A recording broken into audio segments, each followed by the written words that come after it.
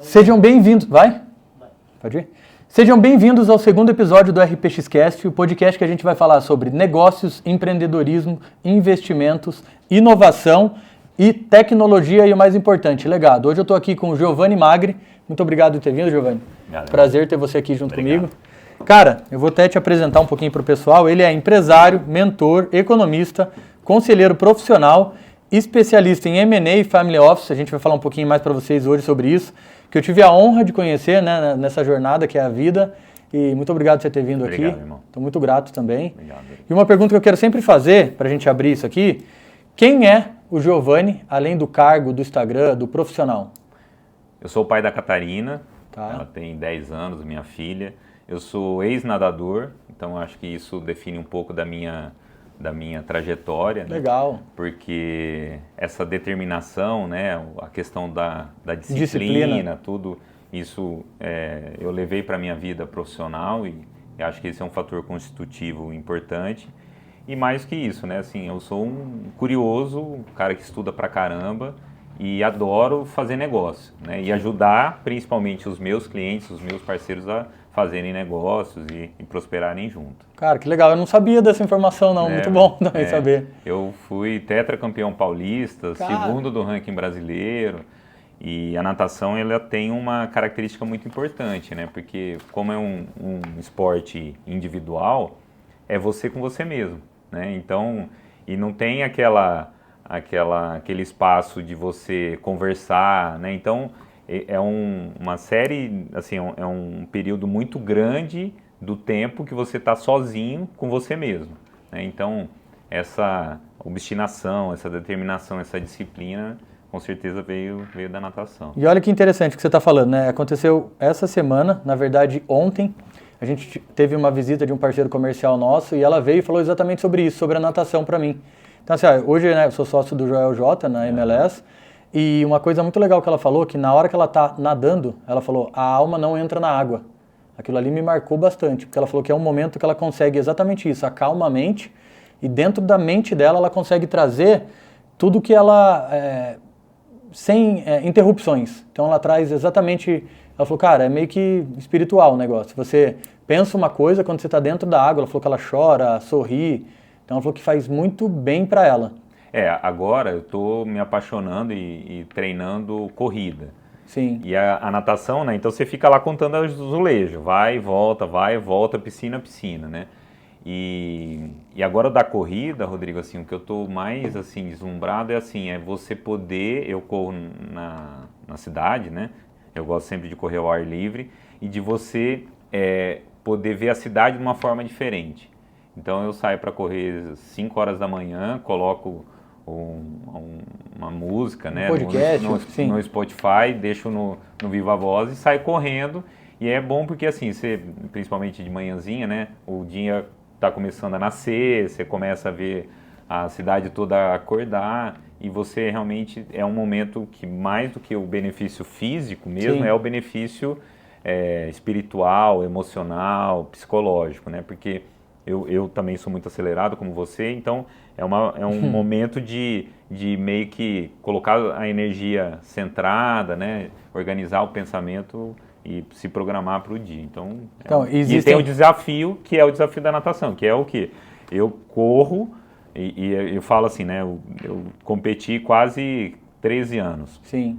E agora eu não quero competir mais, eu gosto de treinar. Tá. Então eu gosto de ter o treino, de ter o pacer, de fazer dentro do que o meu professor lá, meu treinador, meu coach colocou. Então essa constância eu acho que é bem legal e ajuda bastante. Meu filho, ele faz natação também agora, ele adora. Uhum. E aí, cara, é muito legal que ele está falando, ele é pequenininho, ele tem 3 anos, e ele entra na piscina, a gente brinca ali, ele vem, chega do outro lado, ele levanta, ganhei!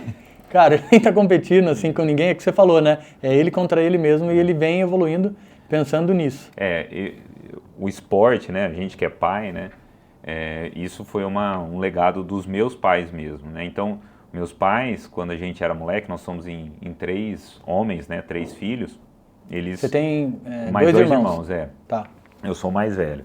E eles, assim, muito duras penas, a gente teve uma um período assim de vida bastante difícil, né, com bastante sacrifício, mas eles sempre fizeram questão com a gente de deixar algumas obrigações, né? Então, todos nós tínhamos que escolher um esporte. Por muito tempo nós três nadamos, aí depois Que legal. os meus irmãos também, às vezes o Jorge jogou um pouco de basquete, né? E o Jordano foi depois pro vôlei. Mas a gente tinha que escolher um esporte. Sim. E tinha que escolher um instrumento.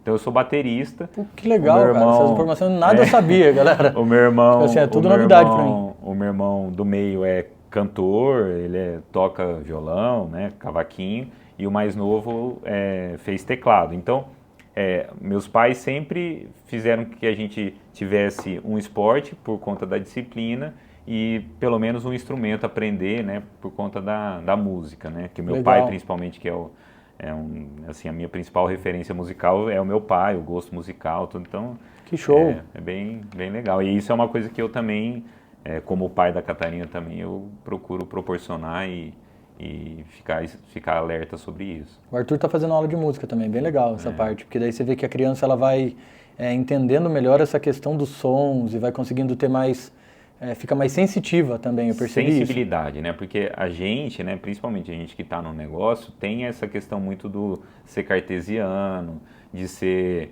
racional, Sim. né? Mas a gente sabe, né, que boa parte do nosso funcionamento é inconsciente, é da sensibilidade, é da subjetividade.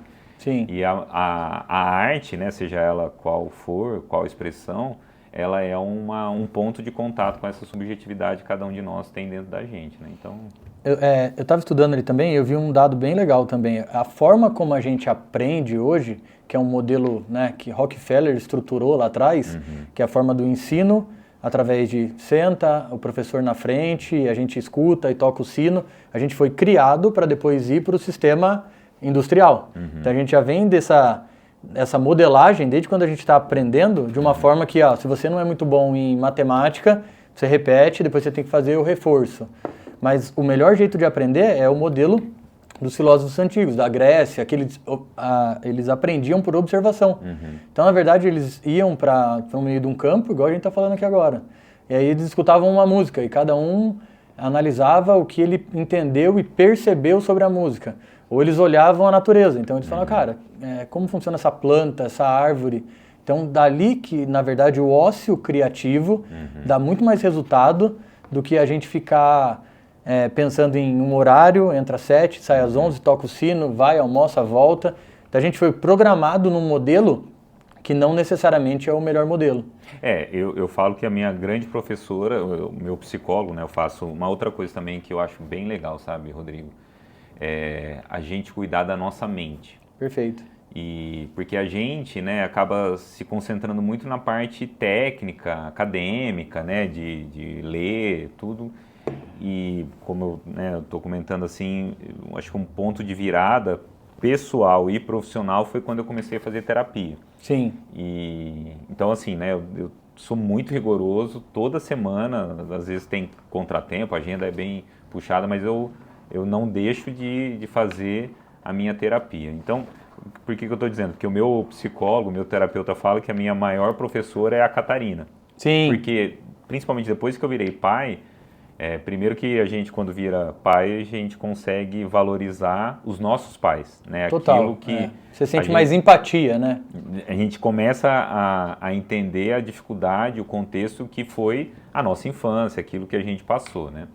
E do outro lado também, a possibilidade de você aprender com alguém que está aprendendo, né? Perfeito. E uma coisa que eu faço muita questão, assim, trazendo essa questão que você trouxe do ensino, né? A gente, né, quando eu estava na escola e até depois no mestrado, tudo, tem uma preocupação muito baixa do professor de ensinar o aluno a pensar. Sim.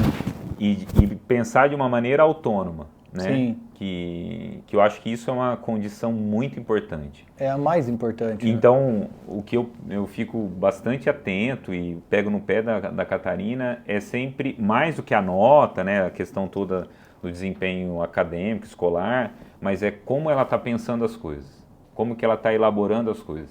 E no final, né, a gente que lida com o empresário, trazendo isso para o nosso contexto, né, o que é o mais importante no que eu estou fazendo hoje em dia é ajudar o nosso empresário, o nosso cliente, o nosso parceiro a elevar o nível de confiança, Perfeito. o nível de consciência. Sim. Então, é um pensamento crítico. Exato, né? Porque a gente estava até falando isso antes de começar, né? Tem muita gente no mercado que é só fumaça. Sim. Né?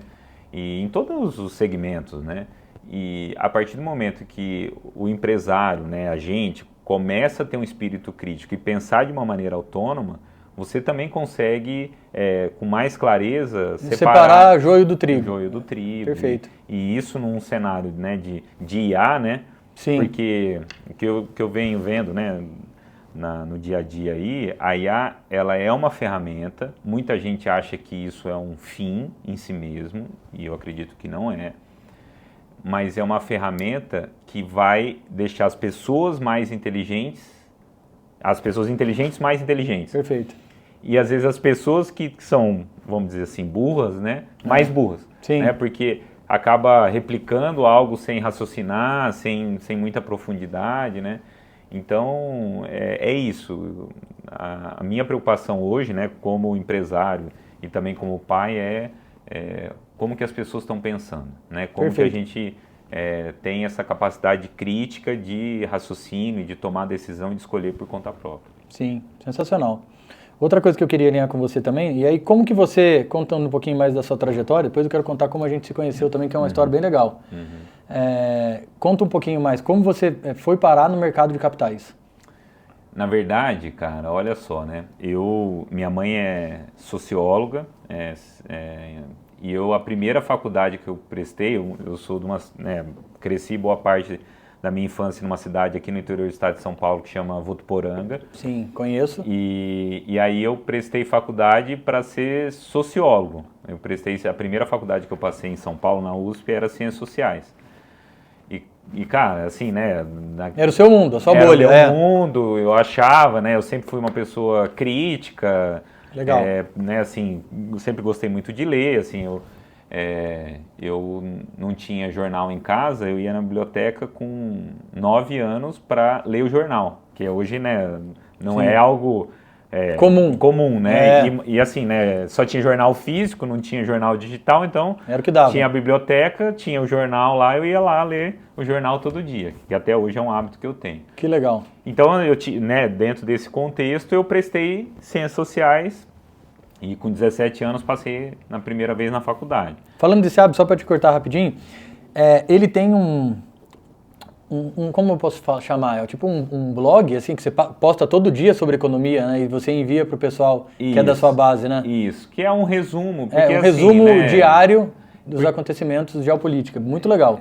Porque o que acaba acontecendo, né? Tem muita informação, muita notícia e às vezes precisa de uma curadoria, né? Sim. De tentar trazer para o empresário, né, para o meu cliente, no caso, o que é o mais importante, né? E uma interpretação que faça sentido para o negócio, né? Para o negócio trazer para a realidade dele. Exatamente. Porque o que pode impactar uma guerra? O que pode impactar agora essa questão da Venezuela com os Estados Unidos, né, do Maduro? E a gente está num momento de muita polarização, né? Perfeito. Então, às vezes o cara é de esquerda e aí o direita, né? E tem um meio termo, né? E tem de alguma maneira, algo que você consegue aproximar os dois lados, né? Principalmente pensando aí do ponto de vista de política, que faz sentido e que às vezes não tem muita gente com capacidade e olhando isso de uma maneira mais imparcial, né?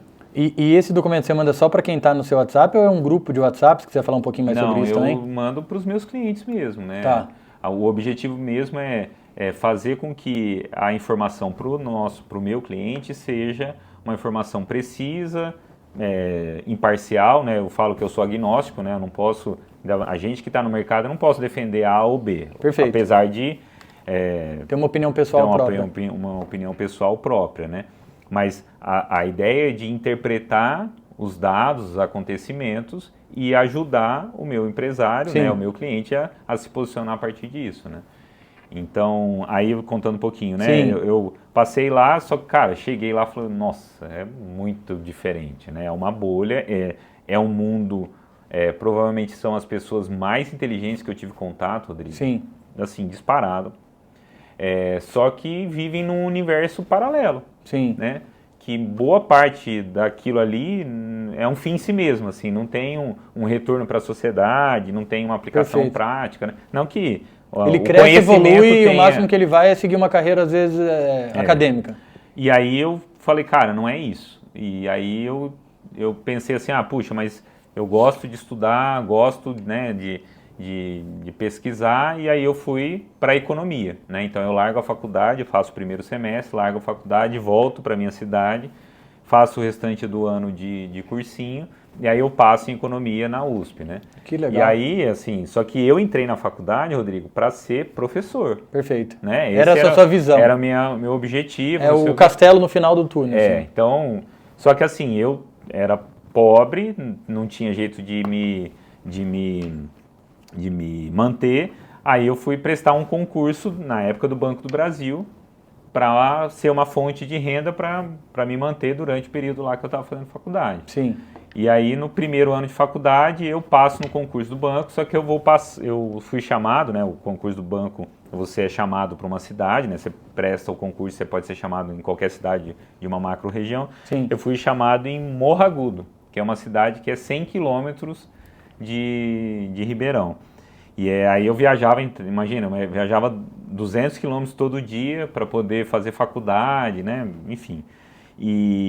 Só que aí eu tomo posse, né, em Morro Agudo, e lá era a maior carteira rural do estado de São Paulo.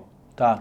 E aí eu não venho de uma família de produtores rurais, não venho de não ninguém tinha que terra, expertise. mas eu teve acesso. Tive acesso com clientes, né, principalmente, que eram muito relevantes no agronegócio, assim, capazes, bons de negociação, com tecnologia. Então eu fui meio que imerso nesse processo todo, e aí eu começo minha carreira no banco, no agronegócio, que foi boa parte da minha trajetória.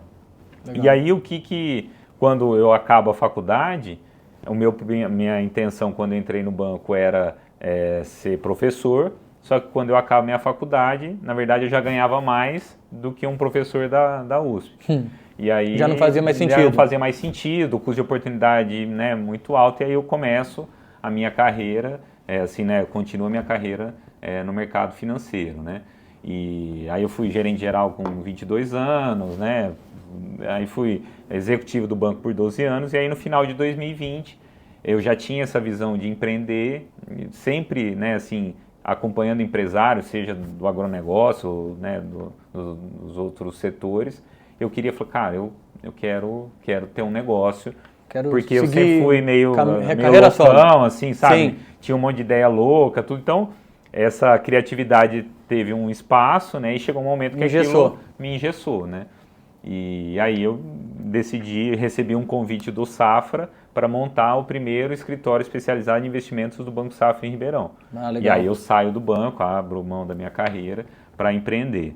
E aí eu vou a gente abriu o escritório no meio da pandemia, lockdown, nossa, caos total. Né, caos, e a gente, né, aprendendo, né, porque quando você está dentro de uma estrutura corporativa, você tem as coisas de um jeito de fazer, né? E aí quando você vai ser empresário, você sabe muito bem disso, você fazer do zero, né? Fazer do seu jeito, com as dores e as alegrias de fazer dessa forma, né?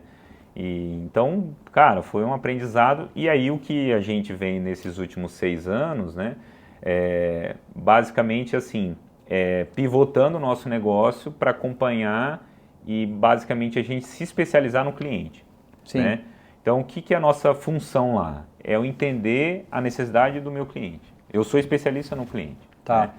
A partir disso, o que a gente foi construindo um ecossistema de parceiros, onde eu pego a necessidade do meu cliente, identifico o produto que é a melhor solução para essa necessidade, aí eu abro a prateleira e vejo qual é o melhor prestador de serviço ou a melhor oferta daquele produto para o meu cliente. Né? Sim. Então, boa parte da nossa jornada foi prestando atenção no nosso cliente, entendendo qual que era a necessidade dele, aí eu vou no mercado, identifico o que é a melhor solução e trago isso para o nosso cliente de volta, né?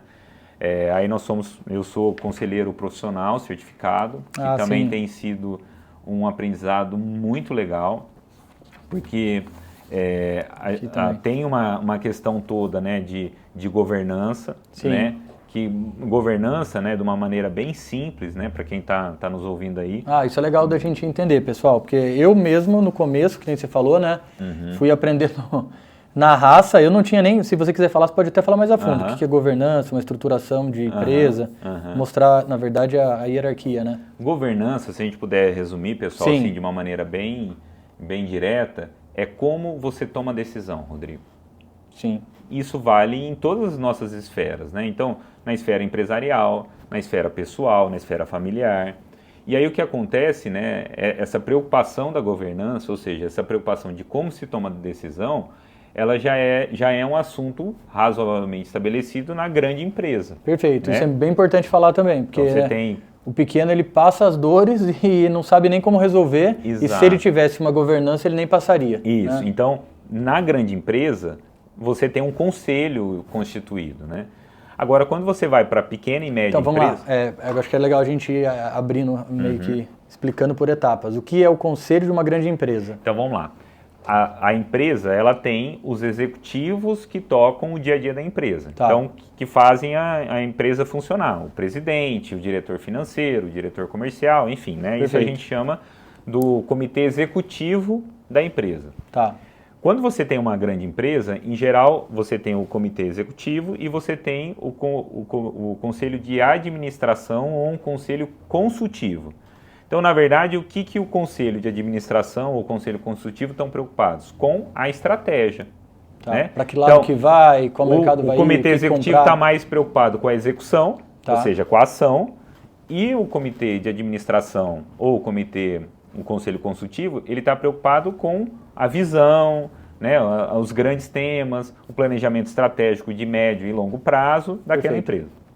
Então isso é relativamente consolidado numa grande empresa. Mas quando você vai para uma empresa familiar, em geral, um empresário ou a família que toca um negócio. Que tinha alguma habilidade, normalmente às vezes ele é um comercial muito bom, ele era um financeiro muito bom e teve um comercial bom para conseguir casar e o negócio crescer. Isso. Né? E aí você tem um empresário lá... Faltando competências. E muitas vezes, que é aquilo que a gente fala, né? Tem um conceito que foi até cunhado em Harvard, que é o conselho o modelo dos 3 círculos. Que uma empresa familiar, em geral, ela tem 3 ambientes de atuação, né? Perfeito. O negócio, a família e a propriedade. Então, muitas vezes, esses 3 ambientes, eles estão misturados. Então, numa empresa familiar, às vezes tem marido e mulher. Então, as questões de marido e mulher acabam interferindo na gestão da empresa. Sim. Ou irmãos, né? As questões familiares acabam interferindo na gestão da empresa. Então, nós identificamos, né? Eu e a Gisele, a Preta, né, que a gente chama lá, que é a sócia fundadora do escritório, nós identificamos que existia uma carência de empresários para entender esse modelo de governança. E aí nós nos certificamos, né, pelo CMJ como conselheiro profissional, e hoje a gente atua num conceito de mercado, Rodrigo, que chama Governance Officer. O termo é em inglês, mas basicamente o profissional que ajuda a estruturar um modelo de governança para uma família empresária. Então, qual que é o nosso objetivo? Qual que é meu trabalho lá? É ajudar a harmonizar aquilo que eu falei dos 3 círculos, né? O negócio, a propriedade e a família, né? Então, para as questões de família serem tratadas, né, num ambiente adequado, as questões de negócio serem tratadas no ambiente da empresa e as questões todas de sucessão, dividendos, bônus, né, lucro, distribuição de lucro, dentro do ambiente de propriedade, né? Então, isso é um processo que é um aprendizado contínuo, né? Porque, em geral, que tipo de empresário acaba tendo essa dor? Ou quando ele quer sair do negócio, ou às vezes tem a próxima geração, às vezes os filhos, que já começam a se preparar para suceder o patriarca ou a matriarca no negócio. Então essa sucessão é algo conflitivo normalmente, né? Porque você tem gerações diferentes, visões diferentes do negócio. Então... E às vezes já começou de uma forma que, quando a gente fala de societário ali, não estava muito claro, né? Você fala bastante disso, né? Da parte do contrato, já desde o início, a gente estruturar de uma forma para depois não ter problema. Né? Porque, e aí no final é isso que a gente acaba fazendo no nosso escritório, né? O que eu acabo ajudando é entender todas essas questões, né? Então, eu preciso entender de direito, porque às vezes o próprio empresário não consegue conversar com o advogado dele para estruturar ou para pensar, para perguntar aquilo que ele de fato precisa, com o contador, com o cara que mexe com o tributário, né? Então, a parte de bancos, mercado financeiro. Então, no final do dia, né, você precisa entender um pouco de cada um desses para depois direcionar. Para ser um conselheiro de verdade. Perfeito. Né? Para, de fato, aconselhar. Né? Que legal. Então, na verdade, assim, você tem hoje, vamos falar, um ecossistema de experts, né, de uma forma mais resumida, que você entende o negócio dessa pessoa que, às vezes, é pessoa, empresa, que ainda não tem essa estrutura tão grande, então ela não vai ter, né, como um conselho executivo, né, um conselho administrativo. Então você entra junto ali e estrutura para ela o que ela precisa. Falar, nesse momento, talvez o seu problema é na parte jurídica. O seu problema, como era o caso nosso, né, inclusive a gente pode até contar a história, é a estruturação da parte do fundo de investimento. A gente vai falar até um pouco mais sobre isso aqui também, eu acredito, vai ser bem legal, interessante o pessoal entender, né, o que é um FDIC. A gente pode não entrar tanto em detalhes, né, mas é um ponto que eu acho que é bem legal de falar, porque às vezes, por falta de conhecimento, a gente faz das formas, que é o que eu falo no caso da importação. Hoje a gente trabalha, né, com assessoria de importação e eu tenho um grupo de empresas focadas em importação, tanto na parte educacional quanto assessoria de importação.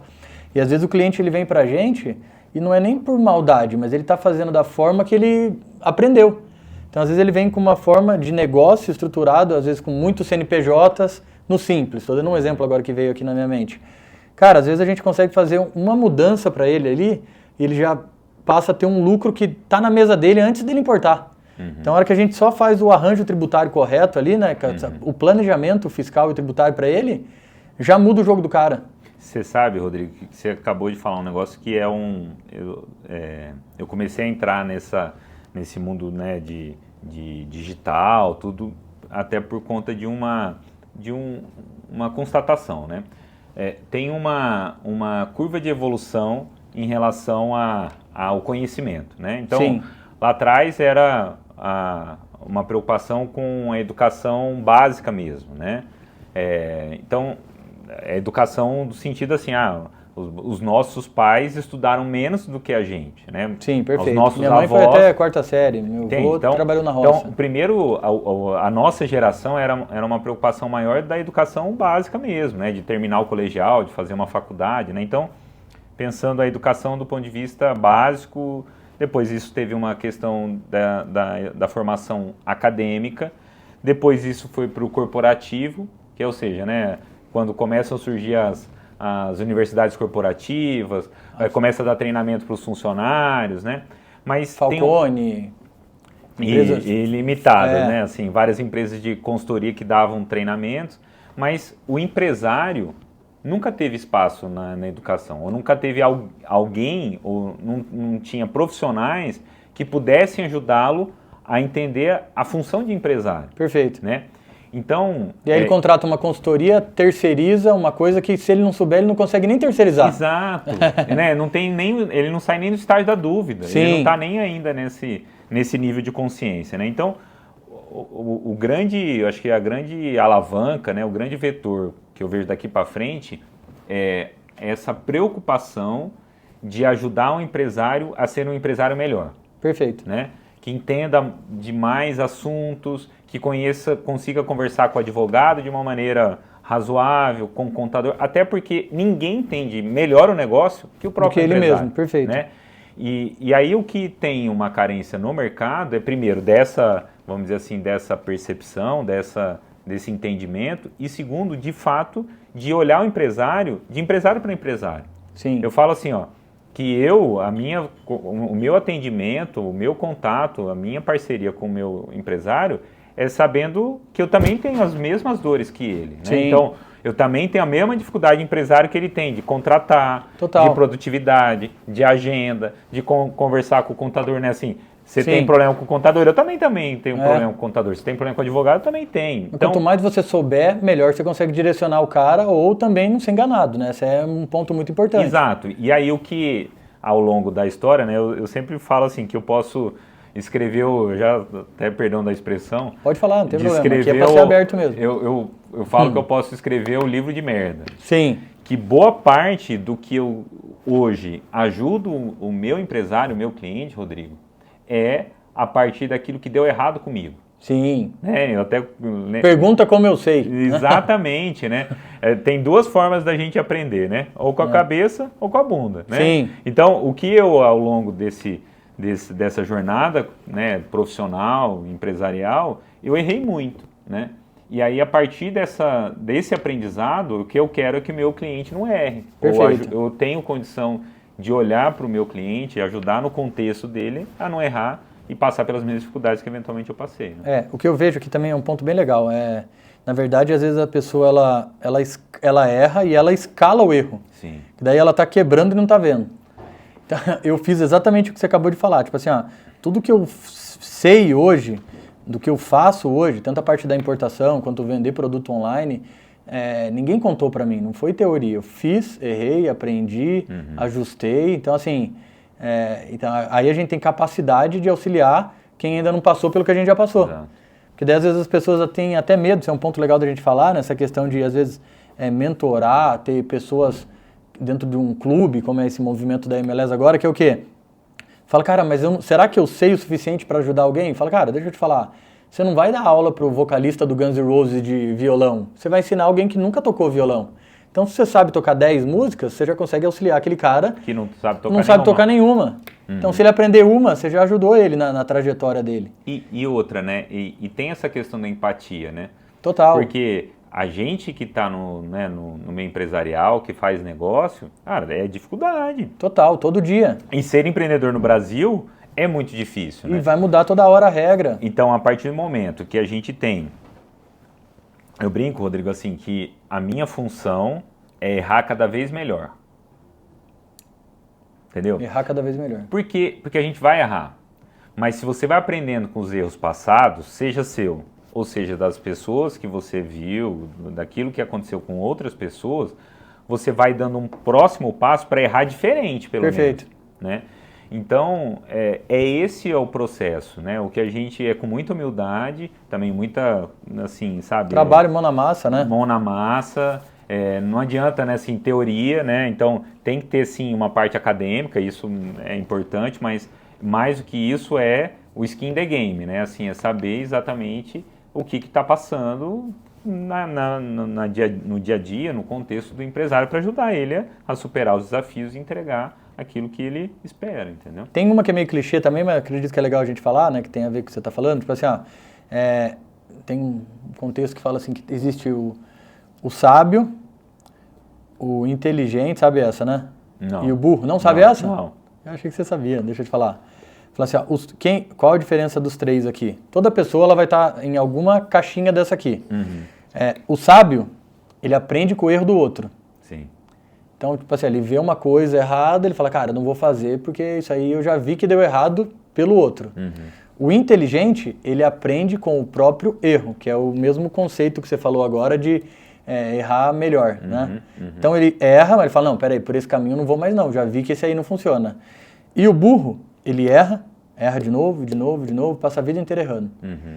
Então, em qual das três que a gente se encaixa, né? Uhum. Fala assim, hoje eu não me sinto uma pessoa sábia, mas eu me sinto inteligente. Quando eu erro, eu falo, não, peraí, eu não vou por esse caminho mais. Uhum. Então, são formas da gente ir se tornando sábio, passando pelos três, né? Uhum. O que a gente não pode é ficar na primeira caixinha ali, e errar e ficar na caixinha do burro. Até porque, né, Rodrigo, assim, a função de empresário é uma função muito solitária, né? Completamente. Então, às vezes você não tem a família para compartilhar, porque às vezes é uma sociedade marido e mulher, por exemplo. Sim. Às vezes você não pode compartilhar aquela dor, aquela dificuldade com o seu funcionário, né? Porque às vezes ele é o motivo da dor. Né? E é tudo emocional, né? Porque imagina você tá com um problema de caixa, você vai falar para sua esposa, ela já vai ficar sem dormir, junto com você, aí piora. Não vai... Ou se o problema é o colaborador em si, como que você vai compartilhar com ele, sendo que o problema às vezes é ele? Então você precisa ter alguém. Então, na verdade, essa questão, o conselheiro ele não é um terapeuta, né? Mas ele vai te direcionar de uma forma que te auxilia nos erros que você precisa também. Então, né? Ele é o terapeuta da empresa. Da empresa, né? E é isso que é um aprendizado constante, né? Porque você tem que ter condição de aprender sobre vários mercados, né? Sobre vários negócios diferentes, né? Sim. Até para poder, de fato, entregar valor na última linha para o empresário, para o nosso cliente, né? Eu tenho um hábito ali agora, que eu voltei a fazer agora, que eu fiz inclusive com a galera do meu clube, do Importação, que a gente tem um clube dentro da MLS, que a gente faz negócios juntos, importa junto, cria marca junto, é bem legal. E aí eu criei um hábito com eles que a gente lia provérbios todos os dias. Não sei se você sabe disso. Não. Provérbios, quem escreveu foi Salomão, e dá para você ler um por dia todos os dias, são 31. Ah, é? É. Então, na verdade, assim, são 31 provérbios, dá para você ler um por dia, e cada dia tem mais ou menos de 28 a 33. Então, todo dia você lê um, é uma forma que Salomão, né, foi o homem, né, baseado na Bíblia ali, que o homem mais rico do mundo até hoje, e dá pra gente ler um provérbios por dia.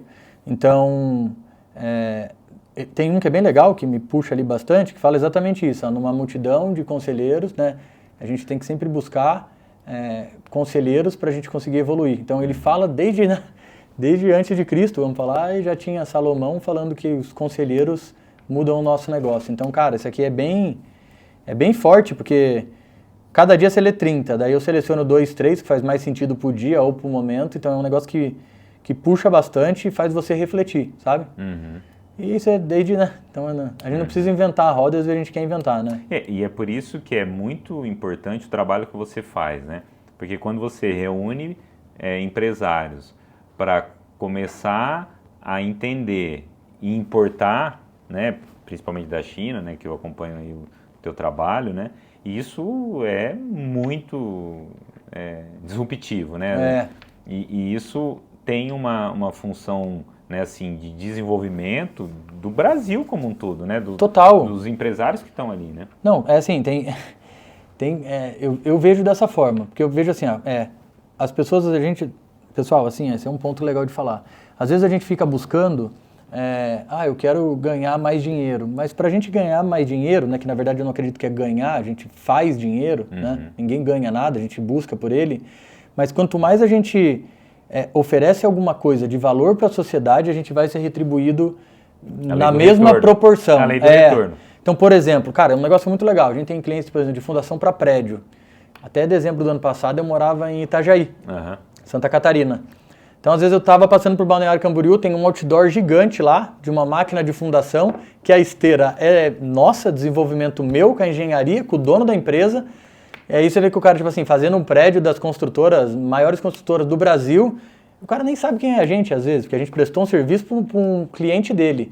Mas você fala, cara, você tem noção? Tipo assim, a gente faz parte da base da construção de uns maiores prédios do Brasil, onde vai ter um monte de família que vai morar, eu me emociono até choro, sabe? Porque tipo assim, fala, caramba, a gente faz parte de um negócio que é muito maior do que trazer um produto e pensar no lucro. A gente tá junto numa construção de um sonho, né? Porque imagina quantos sonhos não foram para as pessoas morar nesse prédio. Então, assim, é uma energia que ela é muito maior do que só o produto por produto, né? E no Brasil a gente ainda é muito fechado, né? Completamente. Fechado em tudo, né? Assim, fechado tanto para a gente acessar, tirando o agronegócio, né? Mas de acessar outros mercados com os produtos brasileiros, que isso é meio intuitivo, né? Sim. Isso é algo que está realmente relativamente consolidado, mas mais do que isso, é usar os fornecedores globais para trazer competitividade para a indústria brasileira. Total. Para os negócios brasileiros, né? Sim. Então, o que você faz, né, é desvendar, de simplificar esse processo todo, é um processo de desenvolvimento. Completamente. Né? E desenvolvimento econômico, mas também social, né? Como você falou, uma indústria que está na base como a indústria da construção civil, quantos outros negócios são favorecidos com isso? Não, né? muito. Continuando nesse case, eu não lembro certinho, mas ele tinha 120 colaboradores na época, ele tem 600 hoje. Então, imagina, já são 5 vezes mais. São 5 vezes mais famílias fazendo construção de uma coisa que é incrível. Daí eles estão fazendo hoje o complexo da Arauco, no Mato Grosso do Sul, que é a Arauco Celulose, é o maior investimento externo do Brasil hoje, 25 bilhões. Então, cara, para pensar, né? Tipo assim, uma empresa que era pequena, que eu não gosto nem desse termo, mas assim, a possibilidade que a importação trouxe para o negócio dele, mais a visão dele, a energia, o tanto que o cara conseguiu escalar. Então, é bem gratificante mesmo. Fala, cara, é muito legal. E às vezes a gente está falando de números megalomaníacos, né? Bilhões. Mas, cara, tem cliente nosso ali que às vezes o cara chegou faturando 100 mil e agora está indo viajar para a China com a gente e já faturando 1 milhão por mês, com muito mais, que é o que eu quero que a gente fale bastante aqui, com margem. Que às vezes a gente começa a vender, ninguém ensina a gente, né? A ter margem, lucro. Isso é um post bem legal que inclusive você fez essa semana, que eu até elogiei ali, que é isso, tipo assim, às vezes o cara abre um negócio, começa a vender, e aí o ego dele é falar que o faturamento dele é alto. Então, galera, faturamento é ego total. Então assim, tô faturando 1 milhão, tô faturando 10 milhões, tô faturando 100 milhões, mas se não sobra nada para você tá com uma operação gigantesca e empréstimo em banco e pagando caro nos juros, então na verdade você não tem lucro nenhum, você tá quebrado e não viu. Então, assim, o que a gente faz? Exatamente o que você falou. A gente entende o que o cara tá fazendo e, às vezes, diminui a operação dele. Tem casos ali que tem cliente que a gente fez isso. Tipo assim, o cara tava com uma operação, um galpão de 1.000 metros, 15 colaboradores. Eu não lembro agora, acho que eram 2.000. Estou chutando até para baixo, que eu não gosto de elevar números. Acho que eram 2.000 SKU vendendo produto pra caramba. Nasceu os filhos dele, que eram gêmeos. O cara tava perdido. O que a gente fez? Diminuiu a estrutura dele, hoje ele tem um galpão de 600 metros, 5 colaboradores daí focados nessa parte, terceirizou, porque daí não é que ele deixou de empregar, ele só terceirizou uma coisa que estava dentro da base dele e ele não estava conseguindo nem administrar. E com 100 SKUs, que SKU no caso, para quem não trabalha com produto, pessoal, é o RG do produto. Então ele tinha 2.000, baixou para 100. E aumentamos a margem de contribuição dele, que esse é outro ponto legal da gente falar, que margem de contribuição é o que a gente tem que olhar, não é faturamento. Então, assim, quanto cada produto está deixando de margem de contribuição para eu pagar minha despesa fixa e no final, na última linha, eu ter lucro. Sim. Então, é isso que é importante. A margem de contribuição é o quanto que o produto contribui para o lucro da empresa. Perfeito. Esse é o conceito, né? E aí você está falando um negócio, né? Porque, assim, o empresário, ele está focado na empresa dele, ele está muitas vezes de cabeça baixa lá, concentrado, focado naquilo que ele está fazendo, né? Sim. E principalmente o empresário brasileiro, dada a nossa cultura empresarial, ele não tem essa visão de saber assim, puxa, esse produto aqui, será que eu consigo um produto melhor lá no exterior, né? Na China, por exemplo, né? Que é o principal... o mercado que você ajuda o empresário a acessar, né? E principalmente a China, né, Rodrigo? Acho que eu até queria que você falasse um pouco mais disso, né? Mas a nossa visão aqui, a China ela se transformou de um fornecedor de produtos substitutos, né? Baratos, que era antigamente, né, na década de 90, o início dos anos 2000, para um fornecedor de tecnologias totalmente inovadoras, né? Sim, você perfeito. Mercado de carros elétricos, placa de energia solar, né? Então tecnologia, né? Então ainda tem esse preconceito, né? Não sei se você concorda com isso, mas ainda tem esse preconceito do empresário com a China, Sim. Né? Ou que não tem qualidade, ou que é muito difícil, né? Tá. Então isso é legal de desmistificar. Então vamos lá, começando por essa parte, até para você... não sei se você sabe a história, assim, começou com Shenzhen, que na verdade é Shenzhen, porque Z em mandarim tem som de J, então é Shenzhen, né, o correto a se falar. Mas falando portuguesado, e fica mais fácil até do pessoal pesquisar aí, quem quiser depois ver, é Shenzhen. Shenzhen era uma vila de pescadores e vamos falar, um lugar de camponeses. Hoje é o maior polo tecnológico do planeta. Então, assim, é um vale do silício chinês que é muito maior, com muito mais tecnologia. E isso em poucas décadas, né? Porque eles cresceram muito rápido. Então o que a China fez, na verdade, né? Ela criou uma zona especial e começou com essa linha de produtos baratos. Então foi exatamente isso que ela fez. Quando ela iniciou, que eu, na minha visão do Rodrigo, né? Que é, agora falando um pouco mais particular, o que eu acredito? Os Estados Unidos, quando ele entendeu que o chinês tinha mão de obra barata, ele terceirizou e meio que isso, não, deixa lá que eu vou pra praia, né? Trabalho 4 horas por dia e achou que ia funcionar. Cara, não vai funcionar. Porque eles passaram toda a parte de inteligência para eles e pensando que o chinês era, vamos falar, que tinha uma capacidade cognitiva baixa, ele subestimou o chinês. E aí o que acontece? Realmente, tem muitos chineses lá que eles são bem focados só no que ele faz. Então, por exemplo, o taxista, ele só dirige. Se você perguntar para ele onde é uma farmácia, ele não sabe nem fazer um primeiros socorros. Na China tem casos lá, isso reais também, que, por exemplo, se ele atropela alguém, ele vai embora, porque ele fica tão nervoso que ele não tem instrução. Que não é omissão de socorro, é simplesmente ele não sabe fazer o não sabe fazer, não é nem que é de maldade, ele não tem capacidade de ajudar e nem fazer uma ligação, então ele vai embora. Então, assim, existe esse perfil, e existe o outro perfil que, na verdade, é o cara que a China ajuda muito os chineses. Então, assim, aí eles têm essa cultura muito enraizada neles. Então, o cara vai para fora, estuda em Harvard, diferente do brasileiro que vai para fora e não volta mais. O brasileiro, vamos falar de uma família mais rica, né? Ele vai para fora, o brasileiro não volta mais e ainda fica feliz. Ah, não quero mais nem saber do Brasil, né? O Brasil é ruim. Não, o chinês não, ele vai, estuda e volta. Porque o governo muitas vezes, inclusive, financiou essa educação para ele. Então, ele volta e faz o negócio crescer. Por isso que cresceu desse jeito, porque daí o que eu vejo também, não vou entrar nessa parte política, né, que nem você falou, mas assim, por que funciona muito bem? Cara, é uma direção só, velho.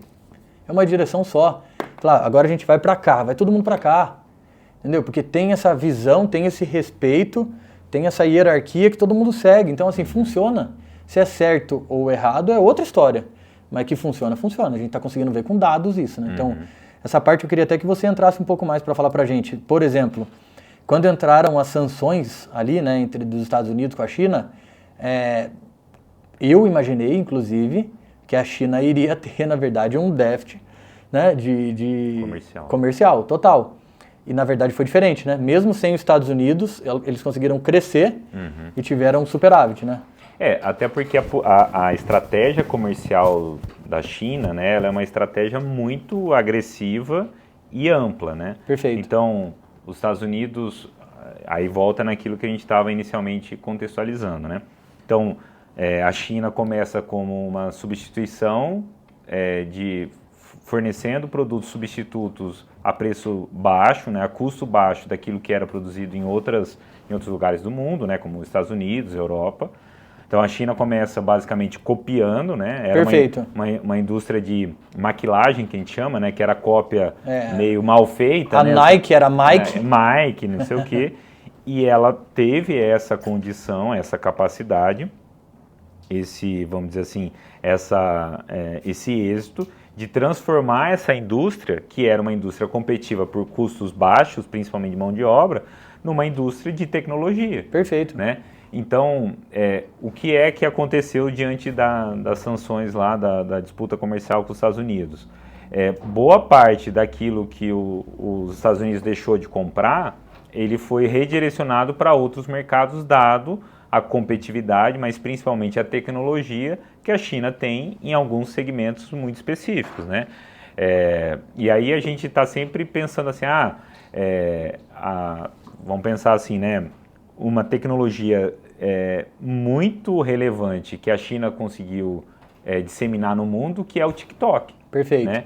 O TikTok é uma é uma rede social que é criada na China e basicamente tem revolucionado as demais mídias sociais no mundo inteiro. Sim. Né? Então, a forma de vender, por exemplo... Revolucionou. Né? Na feira agora, nas últimas feiras que eu fui agora na verdade, eu fiquei 30 dias na Ásia. Eu fiz China, Vietnã, Camboja, Tailândia, aí voltei para o Brasil. Cara, nas feiras que eu passei, todas já fazendo a venda através de lives. Isso. Né? Que aí é uma forma, você vê, né? Não é tecnologia de uma maneira direta, né? mas é uma inovação que o chinês está disseminando em relação aos demais países, né? E agora veio o TikTok Shop também. Então, o que a China, né? Então, a China é muito contraditória, né? A gente fala que tem dois, é uma China dual, né? Porque tem, ao mesmo tempo que a China tem questões da liberdade de expressão, que lá não, né, tem muita censura, tem uma crise, por exemplo, no mercado imobiliário relevante, que isso acaba não tendo tanta publicidade no Ocidente. Por outro lado, ela está na fronteira tecnológica na parte de energias renováveis, né, energia solar, energia eólica, está na fronteira tecnológica, mesmo com todos os embargos, na parte de chips, né, de tecnologia. Então, esse entendimento, essa distinção que o empresário brasileiro precisa para, de fato, aproveitar o melhor da China, né? Sim. Que é isso que eu acho que é o grande trunfo aí que você ajuda os empresários do seu Exato. clube. Tem um dado legal também, a gente consegue perceber se um país está evoluindo tecnologicamente, né, e para que lado que ele está indo, baseado nas pesquisas científicas, que nem você falou.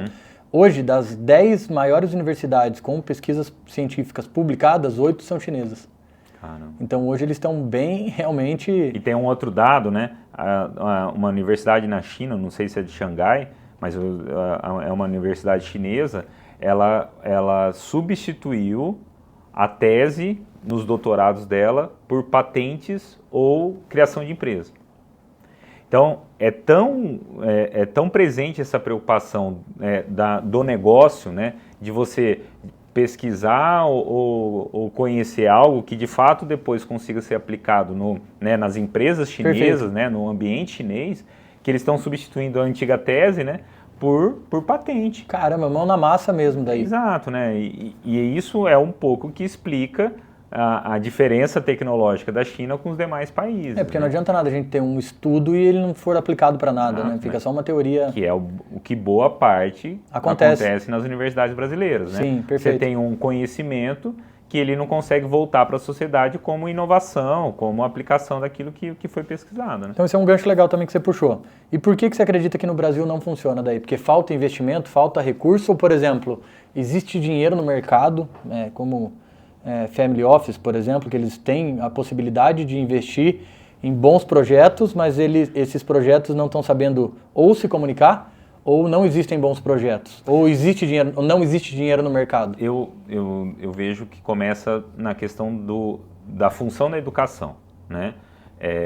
A gente tem uma dificuldade grande de projeto educacional do Brasil, né? Então, pegar lá, sem fazer aqui avaliação política, né? Mas tinha lá no início, né, no primeiro governo, por exemplo, do Lula, era basicamente de dar acesso à educação para a maior parte das pessoas, né, das crianças, né?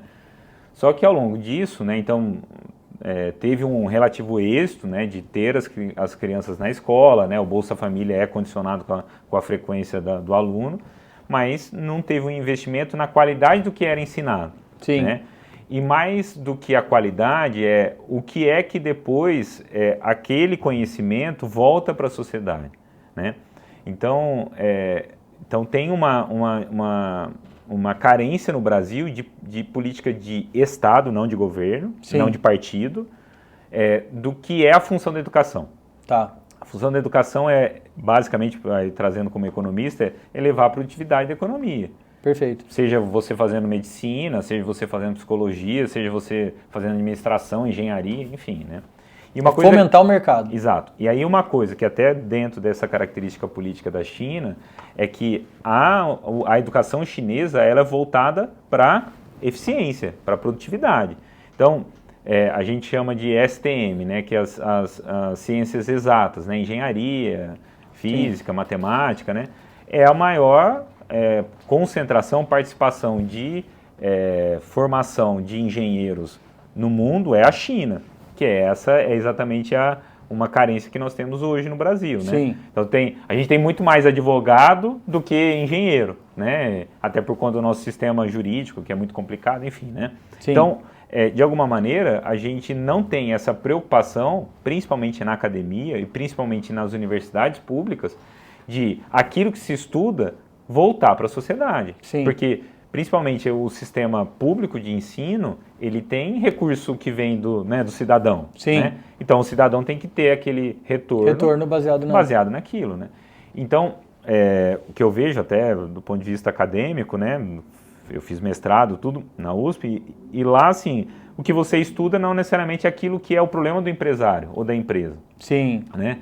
Então, tem que ter essa preocupação, esse direcionamento de você fazer a pesquisa, de você usar o conhecimento para ter, de fato, uma aplicação, né, na empresa, no cotidiano, né, no dia a dia da própria sociedade. Né? Então, acho que esse é o principal gargalo, que é muito diferente da China com o Brasil, trazendo aí do ponto de vista educacional. Né? Legal. Tem uma outra também que eu pensei aqui agora, acho que é uma visão legal de você falar também, a respeito da forma como é feito os investimentos no Brasil, por exemplo. Eu vi um estudo, mas eu não lembro os dados aqui corretos, números, né? Mas eu entendi que, por exemplo, assim, os países, normalmente, as pessoas são muito mais propensas a investir nos seus próprios países. E às vezes ela consegue ter, por exemplo, que nem no cenário hoje do Brasil, às vezes você investir fora, no exterior, um EFT internacional, americano, ou na Irlanda, por exemplo, né, também, que faz sentido. Faz muito mais sentido, o seu retorno é muito maior, mas às vezes o cara está preso aqui, às vezes num fundo imobiliário, por exemplo. Ele tem a capacidade de fazer um negócio muito melhor num fundo externo, ou uma coisa que não é tão centralizada com bancos, por exemplo, que é o FDIC, a gente pode falar um pouco sobre isso. Né? Queria que você puxasse essa informação. Eu vou começar primeiro do problema estrutural da economia brasileira. Tá. A gente teve a estabilização da inflação em 90, 94, mas a gente não conseguiu, de fato, fazer as reformas estruturais para começar a reduzir o nível de taxa de juros na economia. Certo. Né? Então, o que isso teve como efeito, né, como resultado? Você tem uma taxa de juros estruturalmente muito alta, a gente está com a Selic de 15%. Sim. Que basicamente asfixia o mercado de capitais. Então, se a gente olhar assim, no mundo inteiro, México, Estados Unidos, China, Europa, o setor bancário é muito menor do que o setor do mercado de capitais. Tá. Né? Por quê? Porque o mercado de capitais ele tem muito mais flexibilidade, ele dá a condição de você pulverizar e acessar risco diferente, enfim. Né? Sim. Então, a taxa de juros muito alta no Brasil acabou asfixiando boa parte, né, do mercado de capitais brasileiro, o que vem também assim mudando um pouco agora recentemente. Por quê? Porque como a taxa de juros sempre foi muito alta no Brasil, como que os bancos atuavam, né? Ou como que o governo de fato promovia o desenvolvimento? Ele subsidiava, né? Então, BNDES, as linhas de crédito habitacional, crédito rural eram sempre subsidiadas. À medida que a parte, né, assim, o orçamento fiscal, ele não foi comportando esse nível de subsídio mais, foi diminuindo esses subsídios e foi, de alguma maneira, o mercado foi acessando o mercado de capitais para poder buscar outras soluções. Então, trazendo para o nosso contexto aqui do FDIC, o que é o FDIC voltado para a importação? Então, o FDIC nada mais é do que um fundo que você consegue juntar duas partes, né? Alguém que precisa de crédito com alguém que tem dinheiro. Não, alguém que precisa de crédito com alguém que tem dinheiro se junta num FDIC como se fosse um banco. Então, sem precisar da triangulação, da intermediação de um banco. Isso. Então, o que um banco faz? Ele capta recurso e empresta para quem precisa tomar emprestado. E nesse mesmo, ele tem esse spread dele, né? Exatamente. Então, nesse mesmo formato, o FDIC atua como um banco. Então, ele capta recursos dos poupadores e empresta o dinheiro para os tomadores, para quem precisa.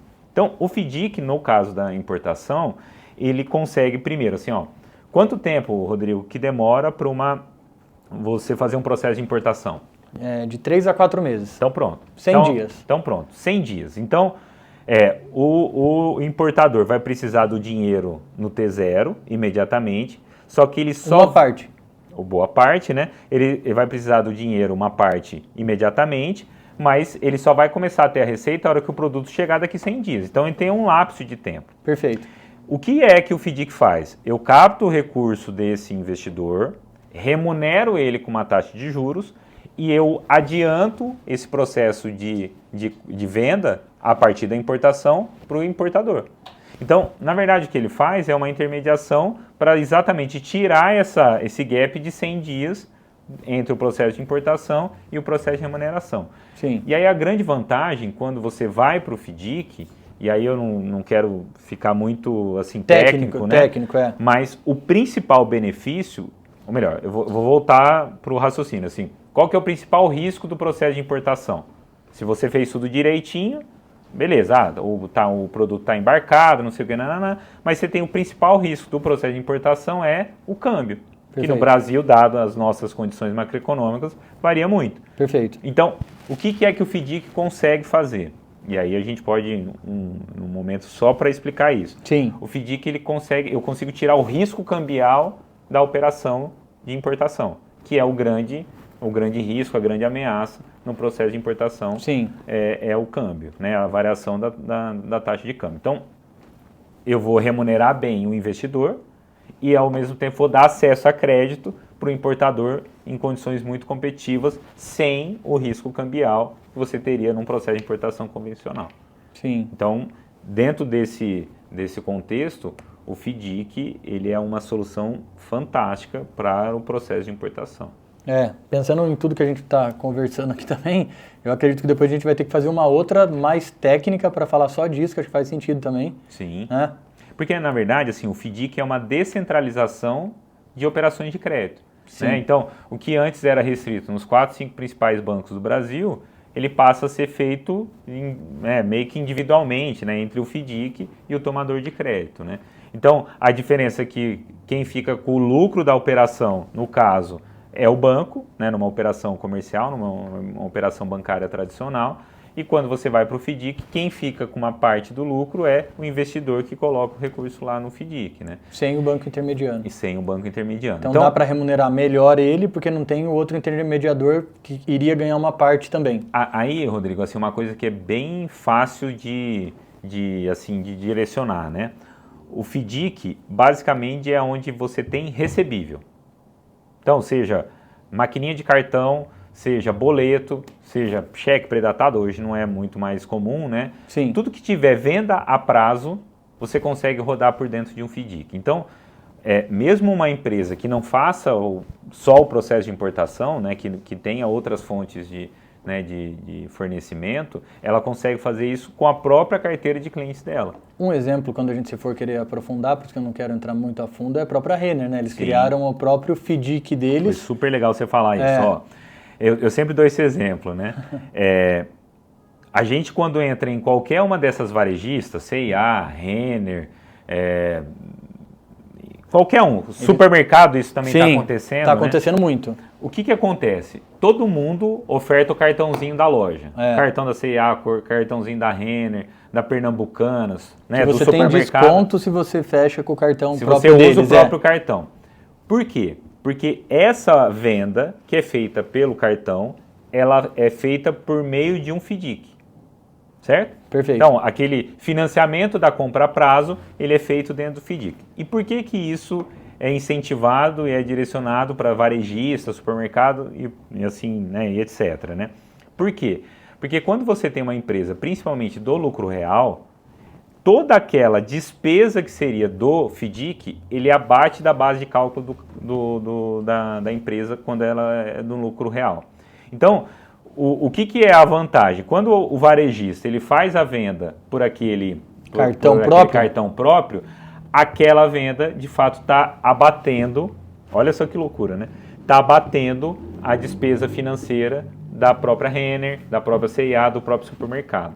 Então, quando a gente olha o mercado, você olha lá assim, você tem lá um cartãozinho. O cartão é só o meio de pagamento para o FDIC funcionar. Perfeito. Então, só que essas soluções, há bem pouco tempo atrás, elas estavam restritas a grandes empresas. Sim. Né? Como a gente está falando, são empresas listadas em bolsa, né?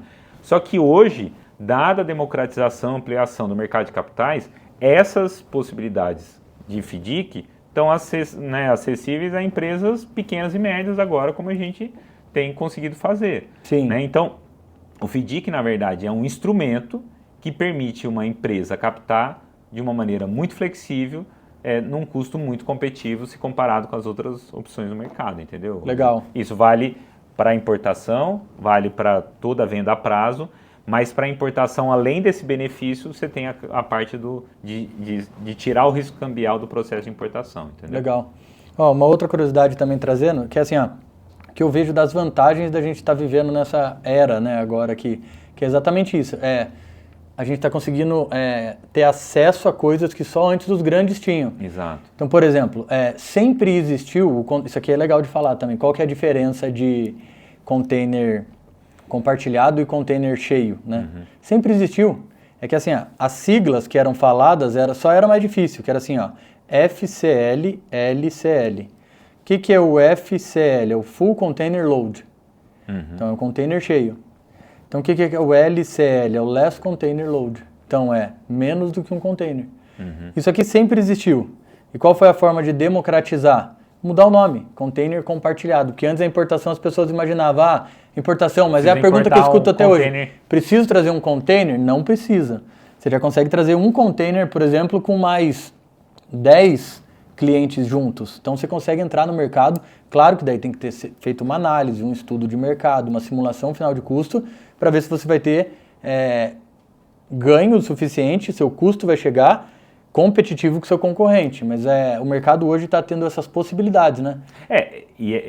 Ao mesmo tempo que a gente tem uma democratização, né, Rodrigo, também precisa de alguém que é esse processo que eu sei que você faz com seus clientes e que a gente faz lá, que é o processo de curadoria, né? Perfeito. Então, assim, é entender o contexto, entender o mercado e direcionar para que aquela decisão seja a mais assertiva possível. Sim. Né? Então, é todo cliente que vai conseguir importar? Talvez não, mas se ele for importar, tem que ser aquele determinado fornecedor, tem que ter todo o processo de importação bonitinho, por onde vai importar. Então, essa jornada precisa de curadoria. Perfeito. Da mesma maneira que é o que a gente faz no escritório.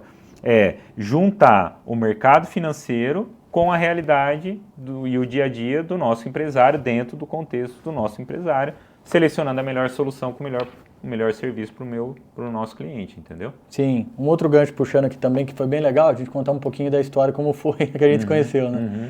Na verdade, pessoal, o mesmo conceito que eu dei aqui para vocês, falando em relação às vezes a gente não tem o conhecimento adequado para fazer alguma coisa, né? Então, quando a gente começou a fazer importações junto com outros empresários, investimentos em conjunto, eu estava fazendo de um modelo bem... Caseiro, né? Bem modelo simplificado, vamos falar também. E aí o Giovanni foi o cara que entendeu, falou, cara, vamos estruturar um fundo para você, deixar isso mais robusto, para depois ter um gestor de fundo, de uma forma que fique regulamentado pela CVM, Anbima, né? Então, isso é legal de você comentar também um pouquinho. Quando eu estava num evento, que aí o Rodrigo estava lá, né? Aí esse jeito... Me apresentaram assim. Aí não, porque não sei o quê, que manja tudo de importação e manja mesmo, isso eu posso afirmar aí que... A hora que falou fundo... Aí eu falei, não, porque ele tem um fundo, aí eu peguei e foi... Só a palavra fundo, né? Eu falei, fundo, beleza, né? Então fui lá pesquisar. Não, na hora eu já falei também, não é bem um fundo, lembra? Eu falei, aí eu falei, não, deixa eu pesquisar então, né? Pá, e não sei o quê. Falei, cara, eu não tô achando fundo. Aí eu sentei do seu lado, né? Falei assim, pô, que legal, cara, parabéns, né? Ele falou super bem e tudo. E aí eu falei assim, Rodrigo, mas, cara, eu não achei teu fundo, onde que tá, não sei o quê. Não. E aí o que é isso que é o nosso papel, né, Rodrigo? Assim, a ideia é super legal, só que se você faz de uma forma amadora, isso vai te cobrar um preço depois. Perfeito, como tudo, é igual na importação. Então, tem as formas de fazer e muitas vezes a gente, ou por desconhecimento, ou porque às vezes não tem uma boa assessoria, você acaba fazendo do jeito que dá. Perfeito. E vai juntando, né? Ou às vezes também, pessoal, isso é importante a gente falar, quanto mais a gente abre para um parceiro, que nem eu morei muito tempo nos Estados Unidos, às vezes você chega lá, diferente no Brasil, você vai no churrasco na casa de um cara, o cara te abre tudo, ó, eu faço $100 mil por ano nesse emprego novo, é assim, assim, assim, funciona desse jeito. E aqui no Brasil, às vezes, pro cônjuge, a gente não fala quanto tá ganhando, como que tá a nossa fatura do cartão de crédito. Então, a primeira coisa que quando ele perguntou, eu fiz, foi exatamente isso, né? Eu lá, como que funciona seu fundo? Eu falei, cara, não é um fundo não. Ele apresentou de um jeito muito formal. Na verdade, eu tô fazendo assim, assim, assim. Você falou, não, ó, isso é legal, mas estruturado fica muito melhor. Né? E quanto mais tempo, porque é isso que é eu acho que é o aprendizado, né, Rodrigo? Assim, se a gente começa fazendo direito, você já cria raízes para você crescer para cima estruturado. Você cria a base para um crescimento. Perfeito. Agora, quando você faz de uma maneira informal, isso vale em tudo, né? Você constitui uma holding, uma hora vai te cobrar. Você constitui o fundo, tudo.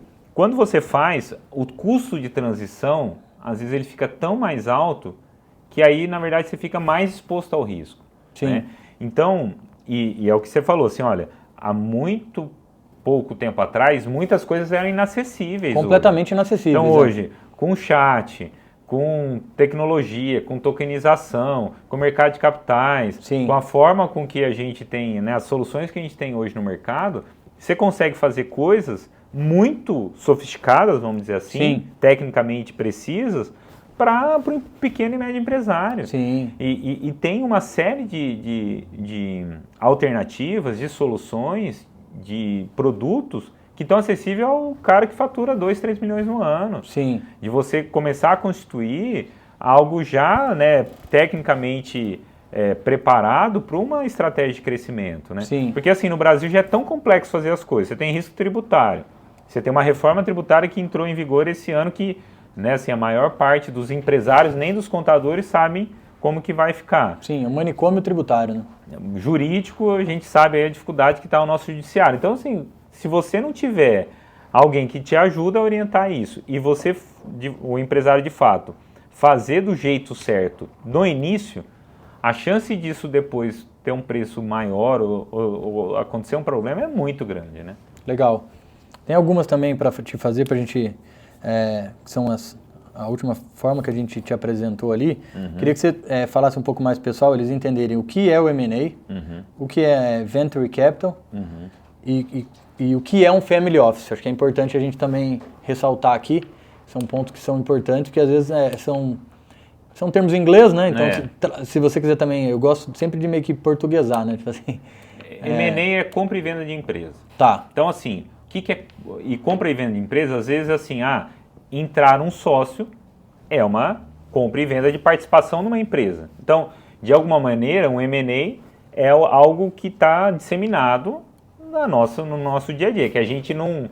Às vezes o empresário ele não chama isso de M&A. Sim. Quando você vai lá, o patriarca, ele é sucedido pelo filho, também é um processo de M&A, porque você tem uma sucessão das cotas que está lá. Então, M&A de uma maneira bem simples e direta, Rodrigo, é comprar e vender empresa. Ou então, participação de empresa. Então isso acontece toda hora com o pequeno também. Então vamos falar, se o cara tem uma farmácia e ele vendeu para o seu João, já é um M&A. Se ele criou um negócio, ele iniciou um processo de M&A, que é construir um negócio do zero. Né? Então, M&A é isso. Aí quando você fala assim, o que é um Venture Capital? Sim. Venture Capital é um fundo que investe dinheiro de quem coloca dinheiro lá, ele vai comprar participação em empresas que estão ligadas no setor de tecnologia. Show. Basicamente. Né? Então, startups, né? Um jeito mais fácil aí de disseminar. Aí você tem uma outra modalidade de fundo que a gente chama de Private Equity. Tá. Que também eu capto recurso de investidor, só que o foco dele é comprar participação em empresas, fazer essa empresa crescer e depois sair dessa empresa com lucro. Tá? Então, o foco dele não é startup. O foco dele são empresas que já estão mais no mercado consolidado e ele compra participação para fazer essa empresa crescer e se valorizar e depois sair. Já o fundo de Venture Capital, na verdade, ele aposta às vezes uma ideia, essa ideia vira uma startup, essa startup ela cresce e depois sai. Então, um está mais focado no setor de tecnologia que é o fundo de Venture Capital, e o fundo de Private Equity está focado mais no mercado tradicional. Estruturado, no mercado tradicional de empresas. Tradicional de empresas, né? Agora, o que é um Family Office? O Family Office é uma estrutura profissional de gestão de patrimônio de uma família. Tá. Então, um empresário, ele já tem algumas propriedades, tem alguns imóveis, ele tem a própria empresa, ele tem investimentos financeiros. Então, o que acaba acontecendo? Isso são vamos dizer assim, instâncias ou são questões que não são simples e triviais de você administrar. Sim. E às vezes o empresário está focado só no negócio dele.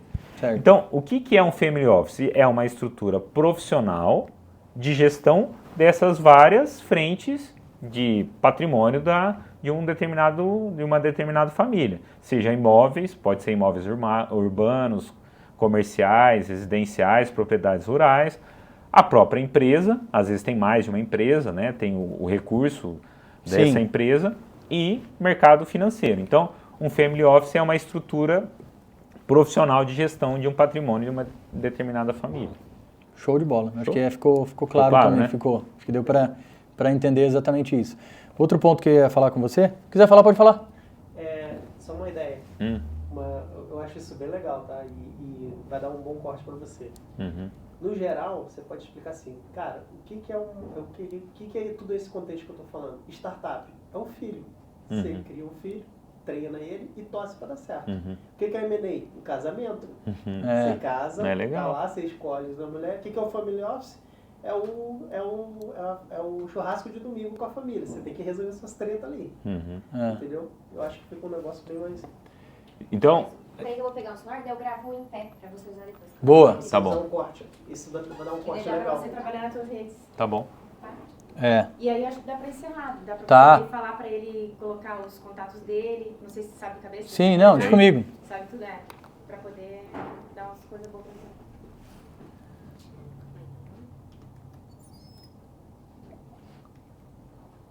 Fluiu. Então, 1h20. Não, tá bom, acho que vai dar sempre 1h30 mesmo. Tava pensando nisso.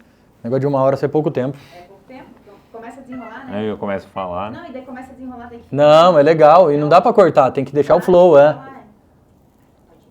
Olhando para cá? Então, Rodrigão, explicar para quem está nos ouvindo aqui qual é a diferença de um fundo de Private Equity e um fundo de Venture Capital. Sim. De uma maneira bem didática, né? Perfeito. O que é uma startup? A gente pode fazer uma alusão como sendo um filho. Perfeito. Então, um fundo de Venture Capital é um fundo que investe em empresas de tecnologia, né? E essas empresas de tecnologia, vamos pensar que são os nossos filhos, né?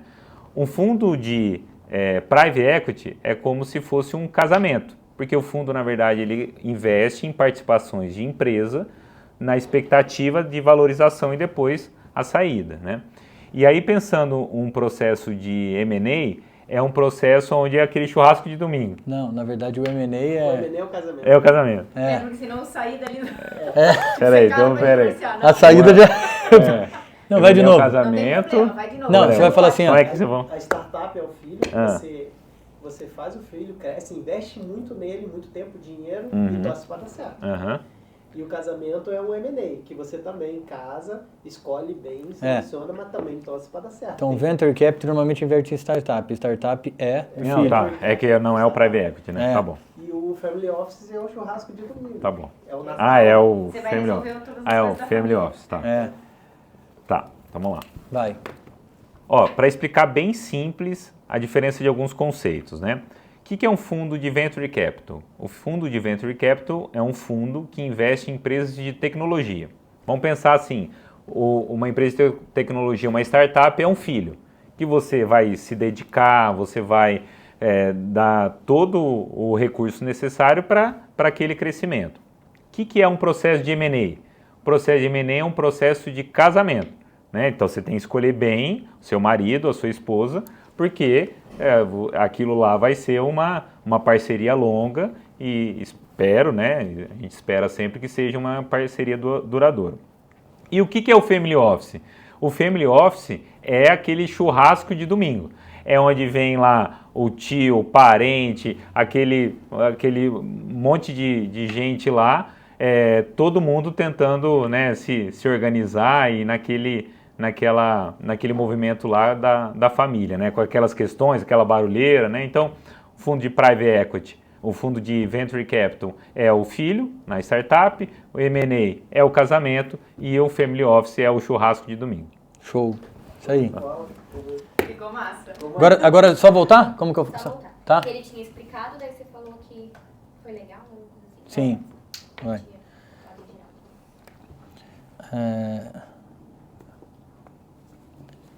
Muito boa a sua explicação em relação ao contexto geral, porque eu acredito que é isso, né? Normalmente Jesus fez isso, né? Ele veio para a Terra e, na verdade, o que ele trouxe para a gente foi essa forma, né, de lúdica da gente conseguir entender através de parábolas. Então, eu acredito que quanto mais simples, eu penso em mim mesmo, assim, por isso que eu sempre, quando você fala, eu falo, cara, quanto mais simples fica melhor para o meu entendimento. Eu acredito para muita gente aqui, que às vezes a gente não tem acesso a um conhecimento tão técnico e profundo, né? Então é importante também. Uma coisa que eu queria falar com você, assim, vamos já, obrigado por toda a troca que a gente teve aqui hoje também. Eu que agradeço, Rodrigo. Muito legal. O que eu queria falar com você, eu deixei até aqui uma mensagem final, assim, um conselho para quem está começando agora, tanto em negócio ou investimento, essa é a primeira. E a segunda, algo que você gostaria de ter ouvido na sua jornada. Então, assim, a primeira é um conselho, e a segunda, se você tivesse, por exemplo, 20 anos, uma máquina do tempo, e você voltasse agora e conseguisse falar com o Giovanni com 20 anos de idade, no começo da carreira ali, da trajetória, o que você falaria para ele? Eu acho que o conselho é se assessorar com bons profissionais, né? Tá. O custo de você ter uma má assessoria é muito grande. E não é só o custo financeiro, né? O custo de depois você ter um problema societário, você ter um problema jurídico, ter uma autuação tributária, né? Então, o conselho, assim, o empresário ele precisa estar atento aos profissionais que prestam serviço para ele. E isso é muito importante, né? E aí, olhando para o Giovanni de 20 anos atrás, né, um conselho que eu daria seria assim, cuidar da parte psicológica, né? Tá. Boa parte, né, quem me conhece há muito tempo, né, eu sempre fui com muita energia, muita intensidade, né? E hoje eu vejo, olhando para trás, né, e isso é o processo de amadurecimento, que eu poderia ter feito muita coisa de uma forma muito mais leve, né? E essa leveza vem, ainda tenho muito para aprender, né? Mas ele vem muito da terapia. Então, da mesma maneira que a gente se preocupa muito com a parte intelectual, Sim. a gente também cuidar da parte emocional e espiritual. Então, acho que esse é o conselho que eu daria lá Perfeito. Atrás. Então, mais uma vez, obrigado de ter vindo aqui. Foi um prazer inenarrável você estar aqui hoje com a gente também. E eu queria, assim, vamos pensar uma palavra para ver quem assistiu até o final agora aqui, para a gente deixar. Que palavra você acredita que fecha hoje esse episódio aqui? Eu acho que é entrega. A gente tem que focar em tudo que a gente faz e fazer entregando da melhor maneira possível, sabe? Fazer com competência, fazer da melhor maneira possível. Então, acho que entrega é uma palavra que eu acho que define. Eu conheço o teu trabalho. Sim. E é uma coisa que a gente também preza muito lá na E5 Capital. Tá, legal. Então, pessoal, quem assistiu até o final, comentem aqui, entrega, que a gente vai saber que você assistiu, acompanhou até o final. Aí outra coisa que é importante também é as redes sociais, pra gente deixar aqui, você sabe comentar elas aí, falar um pouquinho? Onde a gente encontra o Giovanni? Porque eu encontrei, foi sorte, né? Mas vamos entender como que tá hoje. Tô aprendendo ainda, né? Eu não sou um cara do meio digital, você sabe disso, tô começando agora. Mas eu tenho o Instagram, @giovanni, né? giovani.mmagri. Meu Instagram. E Giovanni Morangueira Magri no LinkedIn, quem também quiser me conectar por lá. E agora aprendendo, né? Eu vou facilitar a vida de todo mundo, vou colocar tudo aqui embaixo, os links e os arrobas, dele.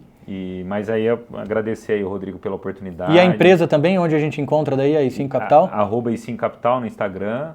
Nós temos um escritório em Ribeirão Preto, temos uma filial em Franca e em Araras, e a gente atende no Brasil, onde tiver demanda. Então a gente vai deixar também as redes aqui. Obrigado mais uma vez e tamo junto. Até a próxima aí também. Obrigado. Valeu. Um abraço. Tchau. Foi, galera. É isso aí, galera. Foi, né? Hashtag sucesso. Ah, tá. 1 e 23. Legal. Deixa eu só ligar pra ver o negócio do Arthur. Vamos